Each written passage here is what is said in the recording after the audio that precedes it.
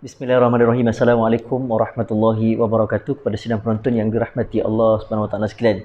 Welcome back to channel. Jadi terima kasih kerana sudi menonton channel saya, iaitu Ziarah Madinah part yang kelima. Jadi insya-Allah ada banyak lagi episod yang akan saya cerita tentang, iaitu kemanisan berada di dua tanah suci di Madinah dan juga di Mekah. Oleh itu sentiasa bersama dengan saya.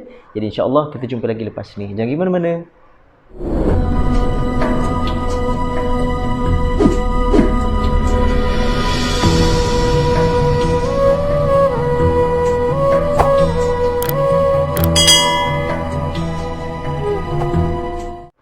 Bismillahirrahmanirrahim. Qala rabbi shrah li sadri wa yassir li amri wahlul 'uqdatam min lisani yafqahu qawli. Allahumma iftah 'alaina hikmataka wa anshur 'alaina min khazaini rahmatika ya arhamar rahimin.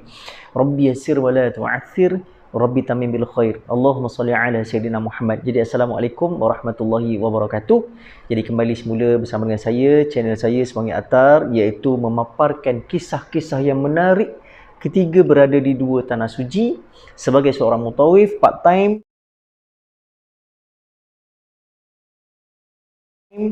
iaitu di Madinatul Munawwarah dan juga Makkatul Mukarramah.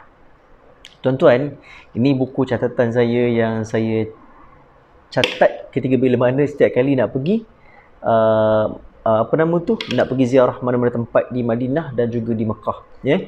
So, tuan-tuan dan puan-puan yang dirahmati Allah Taala sekalian, dan juga catatan perjalanan saya semua dekat sini. Kisah-kisah peperangan Uhud, kisah-kisah pasar di Madinah, kisah-kisah perang Khandaq dan sebagainya, semua dalam buku catatan saya ni.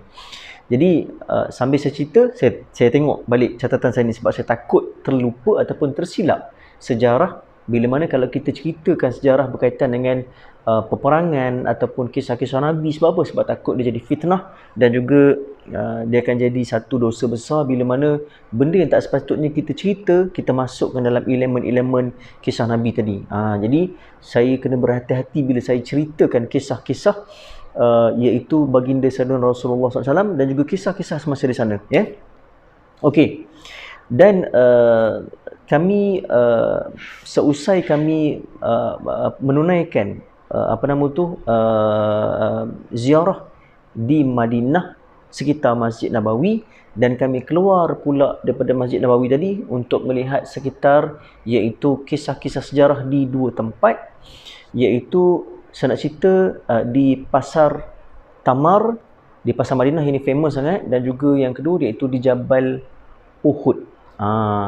Yang dikatakan dalam satu hadis, iaitu Jabal Uhud itu menjadi saksi penyaksian di syurga esok dan dibawa dalam syurga esok. Okey. Sebenarnya kalau tengok balik pada awal penghijrahan Nabi ni, perkara yang dilakukan oleh beliau selain daripada membina masjid, jadi Nabi ni dia menyatukan, dia mempersaudarakan kaum Ansar dan juga Muhajirin yang sebelum ni berpecah ataupun sebelum ni ada persengketaan. Itu apa yang Nabi buat kepada kaum Ansar dan juga Muhajirin. Tapi tuan-tuan, sebelum tu saya nak beritahu tuan-tuan, saya ada paparkan satu timetable ataupun jadual pengisian kepada para jemaah saya untuk ziarah di Madinah juga untuk ziarah di Mekah. Saya ada paparkan di situ, di setiap bilik tempat makan dan juga pintu lobi utama hotel.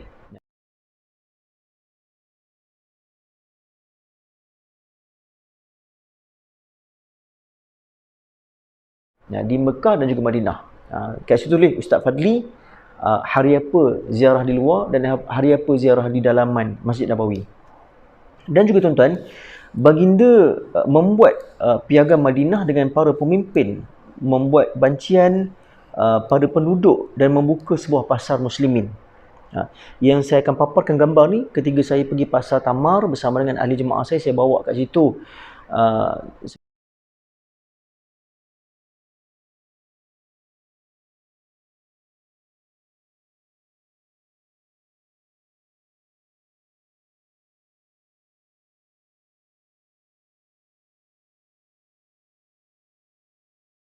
Sebenarnya tuan-tuan, Nabi ni ketika berlaku piagam Madinah, baginda membuat satu bancian kepada setiap orang Islam di situ ataupun orang yang bukan Islam.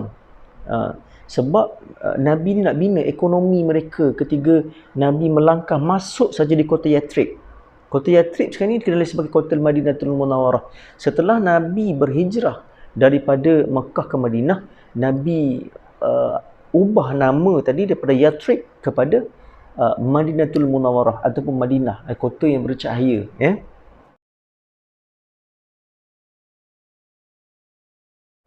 Dan juga di dalam satu hadis riwayat Bukhari, aku diperintahkan untuk berhijrah ke sebuah kota lain, kota itu tersebut Yathrib.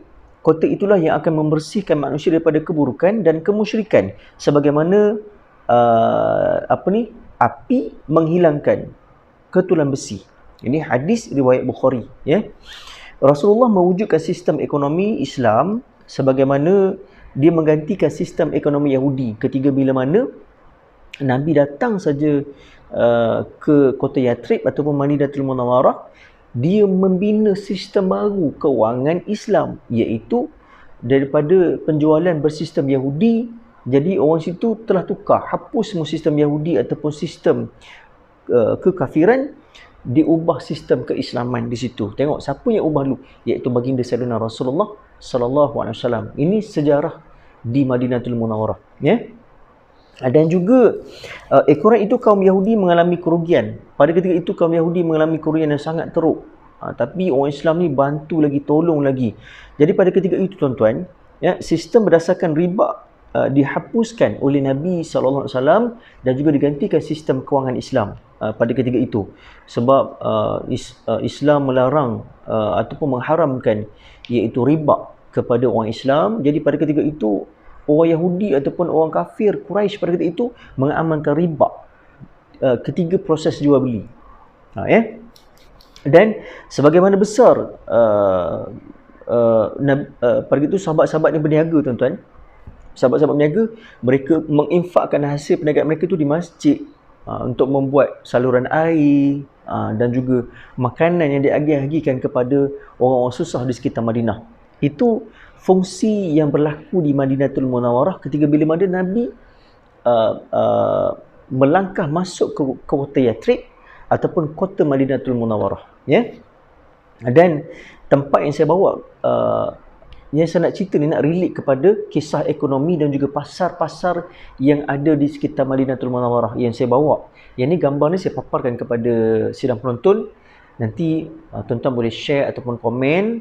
Dan juga saya harap tuan-tuan boleh menikmati keindahan panorama yang berada di sekitar iaitu Pasar Tamar ataupun Pasar Madinah ni. Ya? Sebab saya nak relatekan kisah yang Piagam Madinah tadi. Sebab nak bawa para jemaah ni pergi ke sekitar untuk beli kurma di Pasar Madinah. Ya?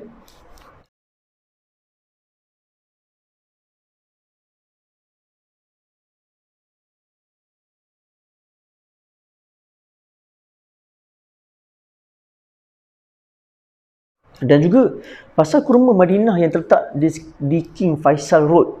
Ya. Pasar yang terletak berhampiran dengan Masjid Nabawi atau Masjid Nabi kebiasaannya sangat sibuk dengan kehadiran jemaah haji daripada seluruh dunia, tuan-tuan. Bayangkanlah pasar tu, tuan-tuan, bila tengok balik penuh dengan manusia berpusu-pusu. Ada beratus-ratus bas, ada berpuluh-puluh bas yang masuk ke pasar tersebut, dan bas lain keluar dan bas ni pula masuk. Tak pernah henti, tuan-tuan. Sentiasa ada. Dan mereka akan cari kurma ataupun oleh-oleh untuk dibawa oleh keluarga mereka untuk dibawa pulang ke negara mereka. Itu kisah di Pasar Madinah ataupun pasar kurma. Ya. Dan juga dianggarkan 200 jenis kurma, tuan-tuan. Bayangkanlah, dianggarkan 200 jenis kurma yang berada dijual di pasar kurma tadi, Pasar Tamar tadi. Ya, juga wujud sejak tahun 1940. Pasar yang saya bawa para jemaah ni, dia wujud sekitar tahun 1940. Yang asal dulu adalah pasar tani, tapi telah dibesarkan oleh kerajaan Arab Saudi, dijadikan sebuah pasar tamar untuk ekonomi orang di sekitar situ. Ya, daripada orang yang susah, mereka datang berniaga di situ, mereka jadi senang, mereka jadi ekonomi mereka stabil. Ya. Dan juga, tuan-tuan, Pasar Tamar ni dibuka dari pukul 5 pagi dan ditutup sekitar 12 malam. 5 pagi dibuka dan juga 12 malam ditutup. Jadi itulah rotation yang dibuat untuk staf mereka dan juga peniaga-peniaga yang berada di situ. Kalau tuan-tuan tengok, saya Dan juga tuan-tuan, yang paling best sekali, kita boleh rasa kurma kat situ tuan-tuan. Kita boleh rasa kurma kat situ, kita nak makan kurma ajwa ke, kurma apa lagi, kurma anbar ke, ataupun kurma safawi ke, ataupun rotok ke, ataupun manisan-manisan kat situ, kita boleh rasa tuan-tuan. Yang saya paling suka sekali, dia sebut perkataan halal, halal, halal, halal. Halal, halal, halal. Bila kita tanya halal, halal. Tak ada perkataan yang haram pun. Halal, halal. Bila kita ambil, boleh tak? Halal, makan. Jadi itu perkataan tu melekat dalam jiwa, orang kata jiwa para jemaah. Bila mana dia balik saja ke Malaysia, dia akan sebut perkataan halal, halal, halal. Itu paling seronok sekali tuan-tuan. Dan juga kurma yang berada di situ, yang terdapat di situ adalah sebanyak iaitu 200 jenis, yang di antaranya yang saya dapat tahu iaitu kurma ajwa, kurma anbar dan juga kurma safawi. Ketiga-tiga ni paling famous sekali. Kurma di situ ada kurma susu. Kurma susu ni sedap tuan-tuan. Dia rasa macam lemak-lemak. Sebab saya pernah bawa balik kurma susu tersebut dan bagi kepada ahli keluarga saya. Dan juga kita boleh makan apa saja dalam sekitar di pasar tersebut lah, ya. Dan tuan-tuan, saya tertarik ketika bila mana para jemaah saya ni dia demam tapi masih lagi kuat untuk beribadah. Saya ingat lagi ada satu jemaah saya yang berusia 80 tahun ke atas atau 70 tahun ke atas. Pak Cik, saya lupa nama dia, tapi dia duduk dekat Sungai Tekam tak silap saya, ataupun Lepar tak silap saya. Selalu berhubung, selalu jugalah mengikuti perkembangan saya dekat Facebook saya, ataupun dia selalu baca dakwah-dakwah saya, jemaah-jemaah saya ni. Saya doakan dia dapat pergi ke sana lagi dan kita dapat berjumpa lagi selepas orang kata habis semua masalah-masalah kita ni, Dan tuan-tuan, semasa berada di sana tuan-tuan, ada jemaah-jemaah yang sakit demam dan saya sarankan mereka untuk minum air laban ni tuan-tuan. Air susu yang saya paparkan gambar sini. Susu strawberry, susu coklat, susu jagung. Dia banyak-banyak flavor tuan-tuan.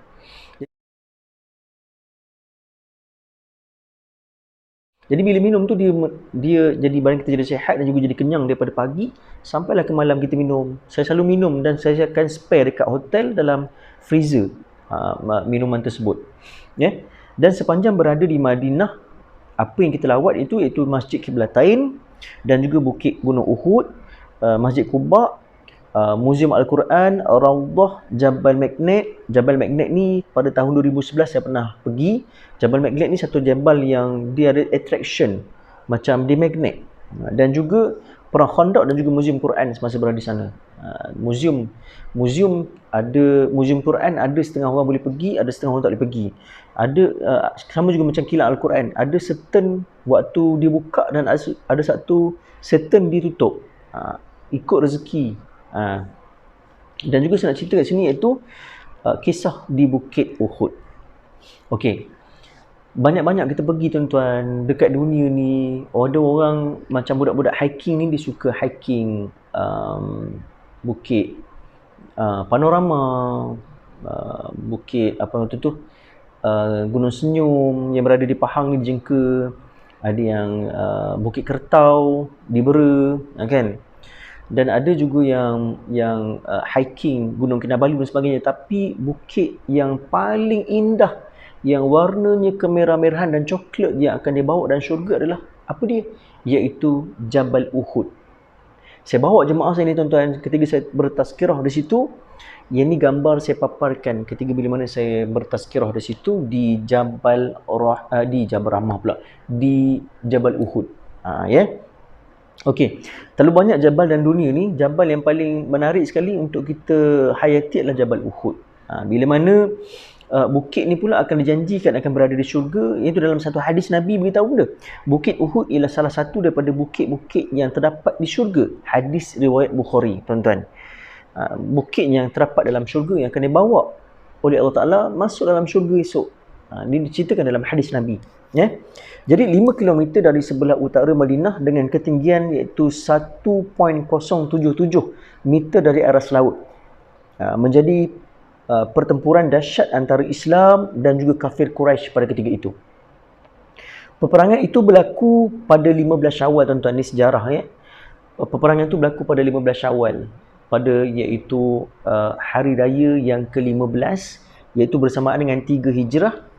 70 pejuang Islam mati syahid, tuan-tuan. Sebab ada di antaranya mereka yang menipu, mereka yang menipu Islam pada ketika itu, yang kononnya nak bantu Islam tapi memusnahkan Islam tu sendiri. Jadi pada ketika itu dikisahkan suatu ketika Rasulullah bersama dengan Sayyidina Abu Bakar, Sayyidina Umar Al-Faruq dan juga Sayyidina Uthman bin Affan berada di puncak. Tiba-tiba terasa gunung Uhud tu bergetar, tuan-tuan. Sebelum peperangan tu berlaku, ketika bila mana Nabi duduk di atas bukit Uhud tadi, iaitu Nabi bersama dengan 4 ataupun 3 orang sahabat dia, iaitu Sayyidina Abu Bakar, Sayyidina Umar Al-Faruq dan juga Sayyidina Uthman bin Affan. Dia duduk di atas puncak bukit tersebut, dalam ketinggian tersebut, tiba-tiba gunung tu bergetar, jabal tu bergetar. Dan pada ketika itu kemudian Rasulullah menghentakkan iaitu kaki dan bersabda, tenanglah wahai Uhud, di atasmu sekarang ialah Rasulullah, seorang siddiq dan 2 orang kelak akan mati syahid. Jadi Nabi beritahu pada bukit tersebut, bukit itu pun sudah tahu yang bahawasanya sejarah peperangan akan berlaku pada 15 Syawal. Jadi pada ketika itu Nabi menghentakkan kaki dia dan beritahu, wahai bukit Uhud, tenanglah kamu. Tenanglah kamu. Dan Jabal Uhud berhenti bergetar sebagai tanda kerinduan sang gunung menyambut kedatangan baginda Sayyidina Rasulullah sallallahu alaihi wasallam. Gunung Uhud pun rindu kepada baginda Sayyidina Rasulullah sallallahu alaihi wasallam. Wallahu alam, saya pun tak tahu sama ada ketiga Nabi berada di puncak tu sebelum peperangan ataupun selepas peperangan. Jadi kita ikuti kisah ni sampai habis.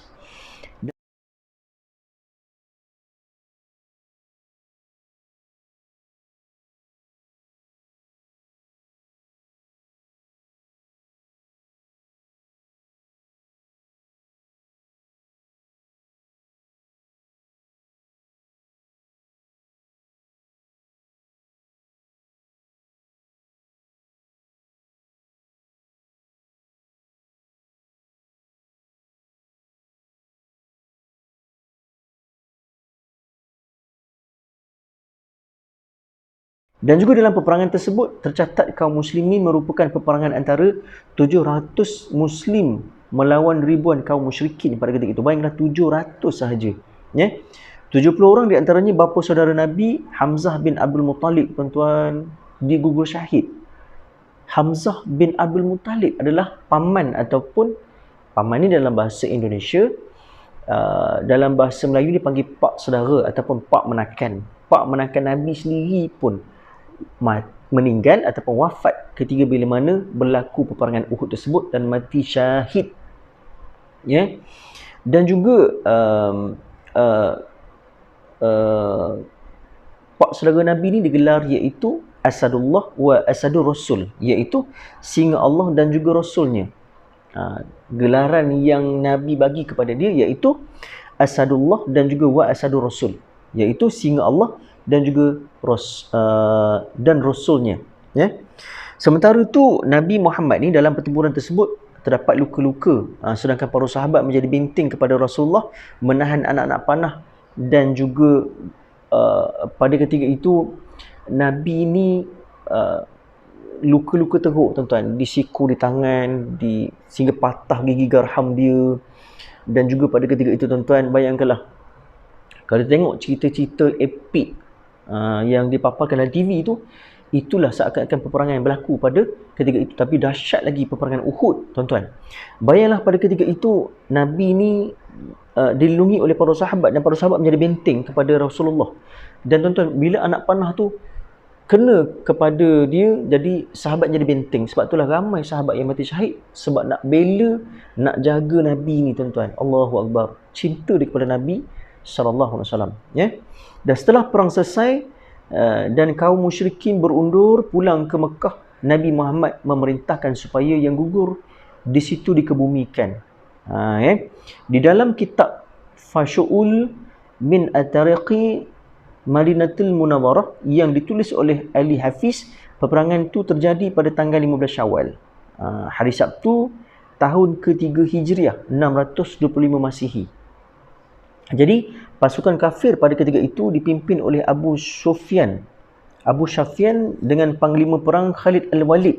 Jadi Khalid Al-Walid ni dia belum lagi memasuk Islam pada ketika itu, tapi selepas kisah ni dia masuk Islam. Jadi dipimpin oleh iaitu Abu Sufyan dengan panglima perang Khalid Al-Walid yang ketika itu belum masuk Islam, dan Ikrimah bin Abu Jahal dengan kekuatan 3,000 pasukan. Bayangkanlah 3,000 pasukan nak lawan dengan 700. Allahu Akbar. Sedih bila kita cerita kepada para jemaah iaitu berkaitan dengan kisah perang Uhud. Saya menangis tuan-tuan, dan para jemaah turut sama berdoa pada itu, moga kita pun dapat mati syahid juga ketika berada di Jabal Uhud tersebut. Dan juga 3,000 pasukan berkuda dan unta, sedangkan muslimin dipimpin oleh Rasulullah yang pada ketika itu 1,000 orang. 300 orang di antaranya kaum munafik. 300 orang adalah daripada kaum munafik, dipimpin oleh Abdullah bin Ubay bin Salul, sehingga kaum muslimin sebenarnya hanya 700 orang, dengan komandan dia pasukan pemanah ialah Abdullah bin Jubair Al-Ansari. Dan pasukan pemanah tu diketahui oleh komandan dia iaitu Abdullah bin Jubair Al-Ansari. Sejarah ni kita perlu tahu sebab sejarah ni sangat penting. Okey. Jabal Uhud ni dikenali sebagai Jabal Al-Naim, iaitu terletak di selatan Maqam Syuhada di samping hadir Wadi Qanat. Nabi arahkan 50 orang pemanah untuk duduk di Jabal Ar-Rumah yang diketahui oleh Abdullah ibnu Jabir radhiyallahu an. Jadi pada ketika itu Nabi suruh para pemanah ni duduk di Jabal Ar-Rumah tadi, jangan turun ke bawah. Tapi Allah uji dia, tiba-tiba mereka ternampak harta rampasan perang Al-Ghanimah tadi. Lalu pada ketika itu, dengan kelalaian mereka ni, Nabi dah beritahu, Nabi kata benda, lindungilah pasukan kuda, jangan sampai mereka menerebus kita, tetaplah di tempat kamu, Nabi kata. Jadi dia orang ni tuan-tuan, dia orang ternampak iaitu harta Al-Ghanimah tadi. Lalu pada itu mereka leka alfa, terus pihak musuh tadi menyelinap masuk ke satu batu atau tempat-tempat batu tadi, dan mereka membunuh para orang Islam pada ketika itu, dan ramai yang mati syahid ketika mereka menjaga di Jabal Ar-Rumah tadi. Tuan-tuan, ini saya tunjukkan gambar iaitu Jabal Ar-Rumah. Sangat sedih tuan-tuan.